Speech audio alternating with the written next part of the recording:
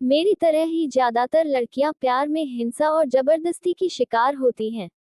विरोध करने की जगह चुप्पी साध लेती हैं। बॉयफ्रेंड की जबरदस्ती को नियति मान बैठती हैं।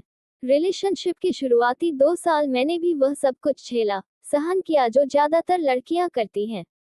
दरअसल मैं उसे खुद से भी ज्यादा प्यार करती थी और यही वजह थी कि उसकी हिंसक प्रवृत्ति भी मेरी आंखें नहीं खोल पा रही थी।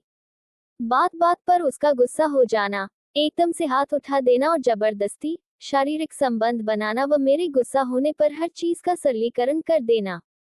मैं ये सब झेल रही थी क्योंकि मुझे लगता था धीरे धीरे वह सुधर जाएगा और शादी के बाद सब कुछ ठीक हो जाएगा। लेकिन यह मेरी भूल थी और अपने ऊपर होने वाली ज्यादती के लिए मैं खुद जिम्मेदार थी। हमारे रिश्ते की शुरुआत चंडीगढ़ से हुई। पढ़ाई के दौरान वो मुझे मिला क्या, दरअसल वो मेरा सीनियर था और 1 साल के भीतर ही हम रिलेशनशिप में आ गए। खूब बातें होने लगी। मैं जब भी बीमार पड़ती सबसे ज्यादा परवाह वो ही करता। मुझे डॉक्टर के पास ले जाने से लेकर दवाई लाने और छोटी छोटी बातों पर हालचाल जानने तक, ऐसा लगता कि दुनिया में मेरे सिवाय उसके लिए कोई दूसरी चीज मायने ही नहीं रखती है। मैं अपनी सहेली के साथ हॉस्टल में रह रही थी और वो दोनों एक ही जगह के थे। पता नहीं कब मेरी सहेली उसकी बहन बन गई और हंसते हुए उसने हर बात पर उसकी इतनी तारीफ की कि मेरी आंखों पर पट्टी बंध गई। रूम में जब भी कोई बात होती बिना राकेश काल्पनिक नाम के बात की शुरुआत ही नहीं होती थी। हर बात के केंद्र में वो ही रहता। उससे ही बातें शुरू होती और उस पर ही खत्म होती। प्यार में धोखे की कहानी, फोटो पिक्सबे। पता ही नहीं चला कि मेरे मन के भीतर वह एक नायक की भूमिका में कब बस गया। बाकी लड़कों से एकदम अलग लगने लगा। मैं अपनी हर छोटी छोटी बातें शेयर करने लगी। एक दिन भी बात नहीं होती तो मेरे भीतर निराशा का भाव जागने लगता। अंदर से न जाने कैसी बिजली कौंध उठती कि मैं आतुर हो उठती बात करने और मिलने के लिए। इस तरह मैं उसके साथ घंटों बिताने लगी। पता ही नहीं चला कब कॉलेज में उसका आखिरी साल आ गया। अभी आपके सामने उसकी बात कर रही हूँ तो एक क्रूर गुंडे की तरह उसका चेहरा मेरे आंखों के आगे उभर आ रहा है, जबकि उस वक्त यही वही चेहरा था जो मुझे बाकी सभी चेहरों से एकदम अलग और मासूम लगता था। खैर, यादें काफी लंबी हैं। साल 2013 था, हम रांझना फिल्म देखकर लौट रहे थे। कोमल, बदला नाम भी साथ थी। हम हॉस्टल न जाकर सीधे उसके कमरे पर चले गए। यह कोमल का ही प्लान था और मुझे भी कोई आपत्ति नहीं थी। खाना बाहर से ही पैक कराकर लाए थे।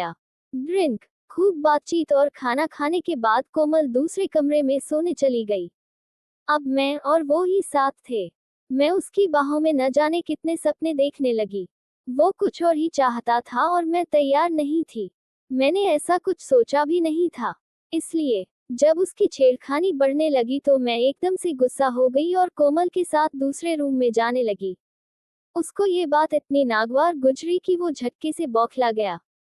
उसने मेरे पूरे शरीर को झकझोरते हुए मुझे वापस खींच लिया और जोरों से एक चाटा जड़ दिया। आंखों से बस आंसू ही बहते रहे। कुछ समझ में नहीं आया। दिमाग सन रह गया था। बिस्तर पर वो मेरे शरीर को नोच रहा था और मैं बेजान और बेसुध पड़ी थी। एक मन होता जोर से चिल्लाऊं, खूब रोऊं और कोई भारी चीज उसके सिर में मारकर कोमल के पास चली जाऊं। मैं अंदर से टूट गई थी और उसे बस अपनी भूख मिटानी थी। मेरे आंसू, बेसुध पड़ा शरीर और सिसकियां, उसे किसी चीज से मतलब नहीं था। उस रात 3 बजे तक मैं रोती रही और उसने एक बार भी मुझे नहीं मनाया। उल्टा वो बिस्तर पर सो रहा था। अगले दिन मैंने कोमल को सारी बातें बताई। उसने जो बोला मुझे अपने कानों पर यकीन ही नहीं हुआ। उसका कहना था रिलेशनशिप में यह आम बात है, भूल जाऊं। 1 हफ्ते तक मैं इतना गुस्सा थी कि उसकी शक्ल भी देखना नहीं चाहती थी। लेकिन घर में कोमल, फोन और मैसेज में उसका भोलापन, माफी के मैसेज और बार बार फोन। पता नहीं क्या हुआ, मैं उससे अपने रिलेशनशिप को खत्म नहीं कर पाई। कई बार ऐसा ही हुआ। वैसे वह सामान्य रहता, लेकिन जब उसका मन शारीरिक संबंध बनाने का होता, वह खूंखार में तब्दील हो जाता। हाथ उठाने से भी गुरेज नहीं करता, गालियां देने लगता। ऐसा ही चलता रहा और वो दिन भी आ गया जब कॉलेज में उसकी विदाई की पार्टी थी। उस दिन भी उन्हें वैसा ही किया जैसे रांझना फिल्म देखने के बाद। मैं पूरी घटना बताना नहीं चाहती। इसके बाद मैंने उससे दूरी बना ली। वो कई कई फोन करता, मैं कम का ही जवाब देती। मुझे उससे नफरत हो गई थी। कॉलेज खत्म हुआ, मैं दिल्ली आ गई और यहाँ एक प्राइवेट कंपनी में काम करने लगी। फिर मेरी उससे कोमल की शादी में मुलाकात हुई। शादी मुंबई में थी और वह भी आया था। उसके और मेरे बीच दूरी थी, लेकिन वह ऐसा दिखा रहा था जैसे उसकी कोई गलती न हो, बेहद भोला हो। मैं उसकी शक्ल भी देखना नहीं चाहती थी, लेकिन दोस्तों के बीच बेमन से उसकी बातों का जवाब दे रही थी। अचानक फेरों के वक्त वह मेरे करीब आ गया और उसने मेरा हाथ पकड़ लिया। उसका स्पर्श होते ही मैं अंदर तक हिल गई। पूरा शरीर मानो पसीना पसीना होने लगा। मैंने उसके हाथ को झटका और वहां से दूर हो गई। वह मुस्कुराता रहा था। उसकी शक्ल अभी भी भोली लग रही थी, लेकिन अंदर से वो किसी जानवर से कम नहीं था जो सिर्फ शरीर का भूखा हो।